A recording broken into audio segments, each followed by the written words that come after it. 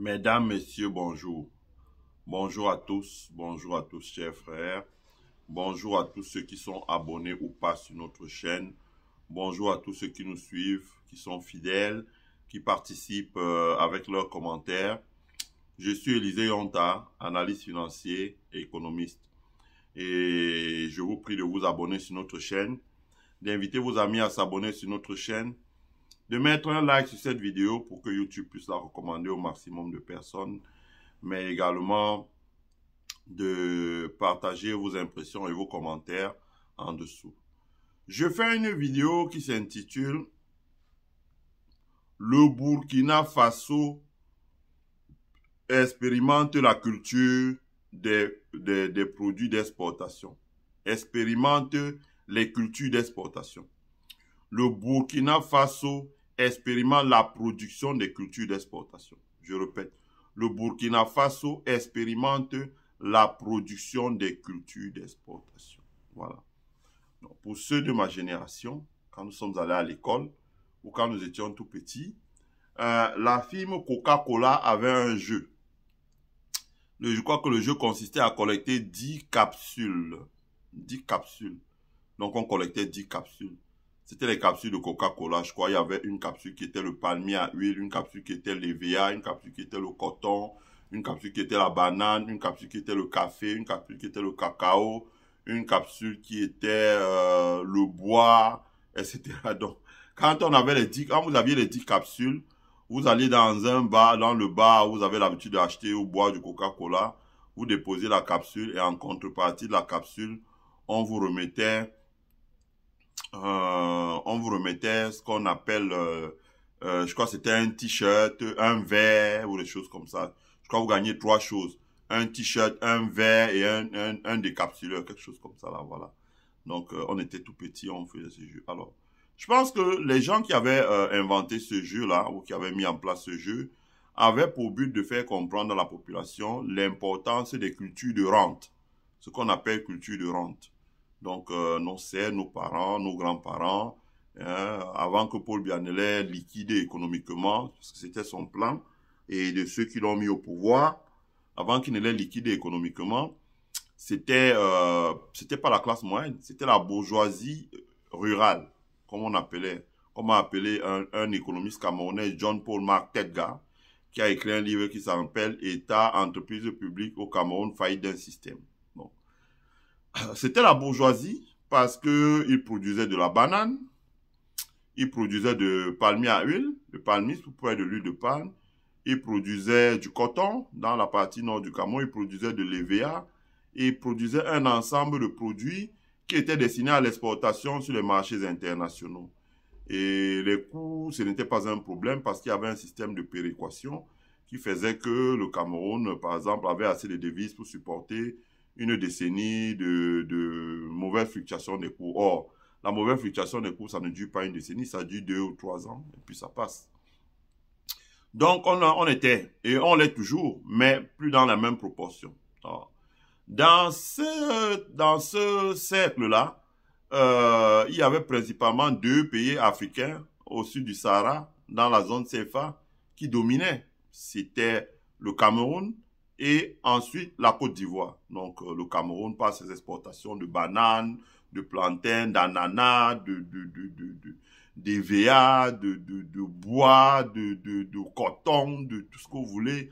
Les exportations étaient vraiment colossales. Nous avions 4 banques d'État et chacune des banques avait plus d'argent que toutes les banques commerciales. Et il y avait 40 banques commerciales au Cameroun. On avait des grands noms comme Paribas, avec des grands noms comme la BNP, etc., Crédit Lyonnais, vous pouvez imaginer. Chacune de ces banques était plus riche que toutes les banques commerciales réunies. Ça, ce sont les faits. Je renvoie à la lecture de John Paul Mark Tedgar. Et on voit arriver aujourd'hui, ce qui est intéressant, à l'initiative du capitaine Ibrahim Traoré, que j'aime bien parce qu'il essaie de bousculer le cocotier. Hein. C'est ce qu'on nous a appris ici en Amérique. Il faut secouer le cocotier. Si tu ne secoues pas le cocotier ou le manguier, ben les mangues ne vont pas tomber. Il faut secouer. Donc, il secoue le cocotier, en disant, voilà, le Burkina Faso va être un champion dans la production des cultures de rente. Alors, évidemment, il doit avoir sa part de détracteurs Parce que moi, j'ai bien lu, quand il y a une déclaration du président burkinabé, moi, je me rabats directement sur les groupes et les forums et les groupes ivoiriens pour lire. C'est beaucoup marrant.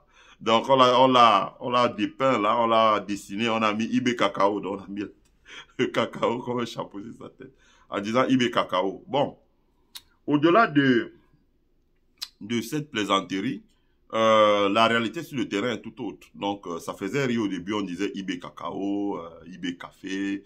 Donc, c'était un moyen de dire, voilà, il sait pas où il va, etc. Il s'aventure, ce sera pas possible, etc. Bon. Donc, j'ai vu que le capitaine Ibrahim Traoré avait détecté, si je peux dire, une perle. C'est ça d'abord. C'est là où le point faible. Donc, il a détecté un conseiller, Abdourahmane Konaté. J'espère que je ne prononce pas mal son nom. Abdourahmane Konaté. Voilà. Qui est un ingénieur agronome et que j'avais d'abord vu, donc je suivais ça sur la page de Faso 7, de la RTB. Je l'ai vu arriver une fois. Bon, il avait fait les expérimentations sur le riz et sur le blé. Donc, je me rappelle la vidéo que j'ai partagée sur ma page. Capitaine Ibrahim Traoré était en tenue en uniforme vert plutôt, et Abdourahmane Konaté habillé en bleu. Et donc, il expliquait à Ibrahim Traoré, voilà, etc., etc., etc.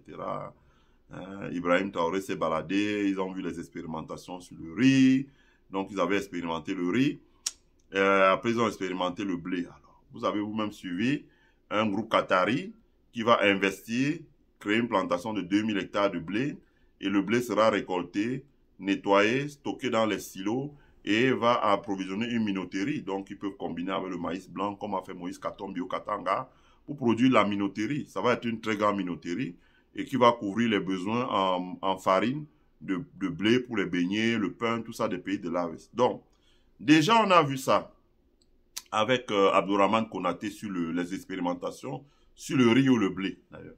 Moi, j'ai bien aimé le vieillard, là, quand Ibrahim Traoré tire un peu de blé, le vieillard, là, qui tire toute une gousse, là, il nettoie bien, et il s'ouvre, il lui dit, regarde, il met la housse sur l'épaule, il dit, regarde, ça c'est zéro, non. On peut faire ça. Donc, il est mort de riz. Donc, les expérimentations, je pense, ayant réussi sur le riz et sur le blé, donc Ibrahim Traoré l'a fait venir auprès de lui, c'est ce qu'il faut faire.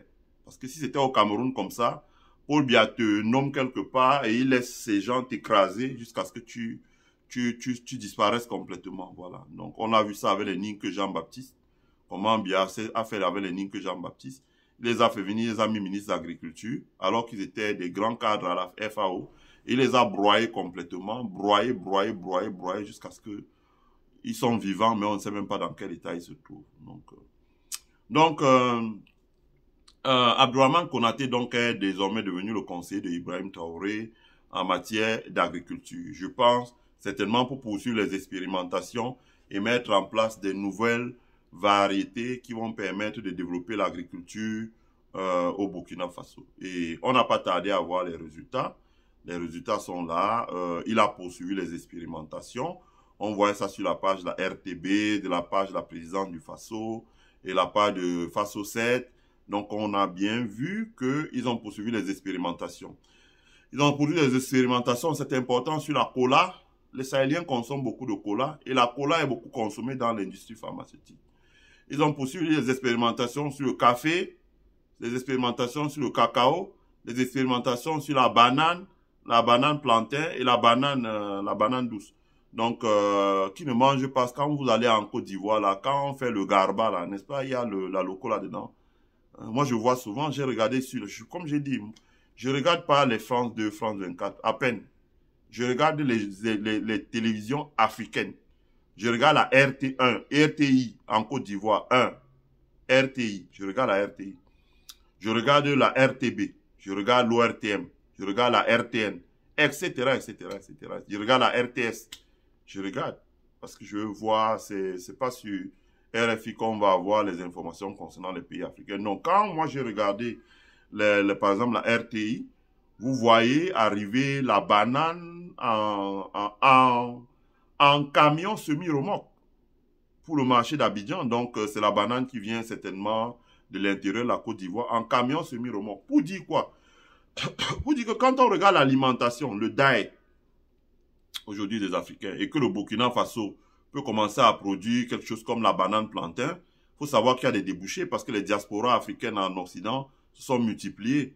Les restaurants africains de mon temps, dans les années 90, il n'y avait pas de restaurant africain. Il n'y a pas de restaurant africain. Le seul restaurant africain, d'ailleurs, était tenu par un Burkinabé, bizarrement, dans la ville de Le Mans. Il s'appelle Anatole Compaoré, Zodo. Je ne sais pas ce qu'il est devenu aujourd'hui. C'est lui qui tenait le seul restaurant. Or, aujourd'hui, quand vous retournez au Mans, Dieu du ciel, il y a près de 60 restaurants. J'ai dit près de 60, les services traiteurs de partout. Donc, ils ont besoin des outputs, comme on dit. Ça veut dire qu'ils auront besoin de la banane plantain pour faire tourner ces restaurants-là et pour garantir des prix qui soient raisonnables, qui soient concurrentiels, parce que ça ne sert à rien de vendre un plat à 20 $, quand McDonald's vend un menu de vendre un plat à 25 €, quand McDonald's vend un menu à 10 €. Vous avez un problème de compétitivité. Donc, il faut produire les outputs. Ce qui veut dire que c'est une bonne nouvelle que le Burkina Faso expérimente les cultures de rente et commence à les produire pour les exporter. Aujourd'hui, les prix du cacao se sont envolés parce que la Chine et l'Inde sont devenus des acheteurs majeurs. Ce n'est plus seulement l'Europe. Le cacao a franchi le seuil de 5 000 € et est allé en 5 000 $, 5 000 francs CFA le kilogramme et est allé au-delà. Et on ne voit pas ça revenir en arrière avant 5 ans. Donc, parce qu'il faut lancer la production. Faisons attention. Parce que les Américains sont allés dans les pays comme le Honduras et lancé la production là-bas, non sur les terres humides, pour pouvoir régler la question du shortage. Sauf que le cacao, il faut peut-être 4-5 ans avant qu'on commence à produire vraiment et avoir des quantités. Donc, c'est bien que le Burkina Faso entre aussi dans la production. Et donc, la dernière sortie du capitaine Ibrahim Traoré, donc, on a vu, parce que les gens pensent qu'on ne peut pas. Non, on peut. Même les Américains ici, là, dans les zones où il y a l'hiver, je peux vous garantir, quand vous allez dans les School of Agriculture, ils expérimentent la possibilité de produire le café et le cacao ici. Dans les zones où il y a l'hiver. Ils disent, voilà, si on fait ça, on fait ça, on fait ça, on fait ça, on aura le cacao. Si on fait ça, on fait ça, on fait ça, on aura le café. Tout peut produire partout sur la terre. Les Russes aujourd'hui ont un challenge, c'est d'augmenter la population de 300 millions pour faire un demi-milliard d'habitants. Parce qu'ils veulent développer les immenses espaces de glace là. Ils ont la technologie pour construire des sortes de serres, les chauffer d'une certaine manière et produire du maïs, des champignons, etc., etc. Être des champions de l'agriculture. Ils ont la superficie pour ça. C'est de ça qu'il s'agit. Le Burkina Faso a l'espace. Le Niger a l'espace. Le Mali a l'espace dans l'AES. On dit que ces 3 pays-là ensemble, je crois que ça dépasse 3 millions de kilomètres carrés. C'est beaucoup. Vous savez, 1 kilomètre carré, c'est 100 hectares. 1000 kilomètres carrés, c'est 100 000 hectares. 10 000 kilomètres carrés, c'est 1 million d'hectares. 1 million d'hectares. Prenez l'AES qui a plus de 2 millions de kilomètres carrés. Donc l'AES est capable de mettre 100 millions d'hectares pour faire l'agriculture. C'est beaucoup, ça devient une puissance agricole. Donc, dans ce contexte-là, le capitaine Ibrahim Traoré, le président du Faso, s'est rendu dans une exploitation où on a expérimenté avec succès l'ananas, avec des techniques d'irrigation, d'arrosage souterrain qui permet que voilà, le soleil ne puisse pas tuer la culture de ces ananas-là.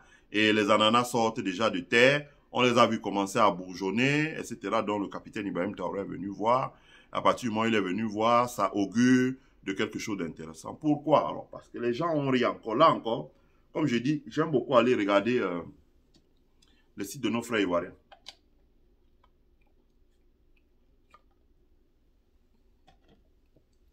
Il dit, bon, IB Cacao. On est IB Cacao. Donc, maintenant, IB Ananas.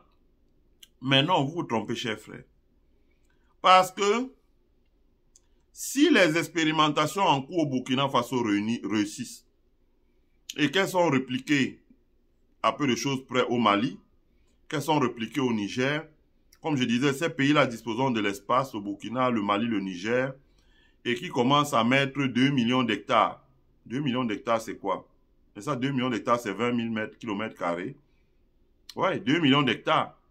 qui mettent même 1 million d'hectares seulement à la disposition de la culture de cet ananas-là, ils deviennent des acteurs majeurs sur le plan international. Parce qu'il faut savoir que l'ananas est consommé dans tous les pays du monde. Ils n'auront pas, ils peuvent sortir, ils peuvent ne même pas s'intéresser aux ACP, les accords Afrique, Caraïbes, Pacifique. Ils peuvent truster le marché indien, qui sera 1,2 milliard d'habitants, le marché chinois, qui sera 1 milliard d'habitants. Je parle seulement des deux marchés-là. Satisfaire la demande chinoise, satisfaire la demande indienne, c'est grave. Quand vous voyagez, vous allez en Inde, vous voyagez, vous allez en Chine. Dans tous les restaurants, vous allez en Chine, à table, on mange de l'ananas. Dans tous les restaurants, vous allez en Inde, à table, on mange de l'ananas. C'est dans leur diet, c'est dans leur culture. Deuxièmement, vous avez, je pourrais énoncer près de 100 produits dérivés qui sortent de l'ananas, mais je n'aurai pas le temps de tout faire ça ici. Mais vous voyez bien, par exemple, quand vous allez le marché de l'ananas, il y a d'abord l'exportation de l'ananas frais sur tête. Deuxièmement, vous avez l'exportation de l'ananas en conserve. Énormément en conserve au sirop, l'ananas au sirop en conserve. Je fais le direct, j'en ai là dans notre closet ici là. On en achète en carton. L'ananas au sirop, c'est des grosses boîtes là, hein, c'est Del Monte sans les faire de publicité, qui vendent ça, c'est des grosses boîtes comme ça. Soit c'est en carré, soit c'est en rondelles, etc., etc. C'est l'ananas en conserve avec du sirop d'ananas. Vous avez le marché du nectar d'ananas. Ça, c'est très important. Ça, c'est même le plus grand marché du monde. Le marché du nectar d'ananas, ça veut dire que comme le Burkina Faso a conçu l'usine pour faire le concentré de tomates, comme demain, il peut produire, conçu l'usine pour faire le nectar d'ananas. Ça veut dire on presse l'ananas, on met de l'eau, on met un peu de stabilisateur naturel et on congèle ça à une température de moins 60 degrés. Moins 60 degrés. Et quand on congèle à une température de moins 60 degrés, c'est dans des poches en plastique qu'on met dans des cartons. Et on emporte ça dans des conteneurs. Et les conteneurs sont exportés et vendus dans les grandes firmes comme les Coca-Cola, comme les Pepsi, comme le chinois, là, j'ai oublié, qui nous a levé 8 milliards de dollars ici, là, etc. Donc, à partir de ce moment, on vendait à des grandes entreprises comme ça et elles les achètent pour pouvoir le concentrer, le nectar, le concentrer. Elles achètent pour pouvoir faire des jus de fruits, etc., etc. Non, le problème, c'est pas que le Burkina produise ananas. Le problème, c'est que c'est la stratégie et je crois savoir que le capitaine Ibrahim Traoré est volontaire. Ça veut dire de ne pas seulement exporter les têtes d'ananas. Dans un deal comme ça, je dis qu'il y a près de 200 produits qui sont dérivés de l'ananas. Je ne vais pas tout exposer ici. Mais je vous ai pris au moins 3. Ça veut dire que dans ça, il peut dire, bon, moi, j'exporte les têtes d'ananas fraîches. C'est-à-dire que le premier choix, là, il exporte. Les deuxièmes choix, ils font la tomate, les conserves d'ananas au sirop. Et le troisième choix, ça veut dire ce qui est blessé, machin, tout ça là. Ils nettoient ça et puis ils font du nectar d'ananas qu'ils emballent sous vide et ils congèlent à moins 60 degrés. Et ils exportent pour les fabricants de jus de fruits dans le monde. Donc, vous voyez un peu ce que ça peut faire. Donc, c'est un game changer. C'est un game changer. C'est un game changer parce que dans les accords ACP Caraïbes, généralement autour de la table étaient assis des pays comme le Cameroun, le Gabon, la Côte d'Ivoire, donc qui viennent des zones forestières humides. Aujourd'hui, vous aurez maintenant sur ces marchés les pays sahéliens parce qu'ils ont utilisé la technologie pour pouvoir dominer la nature.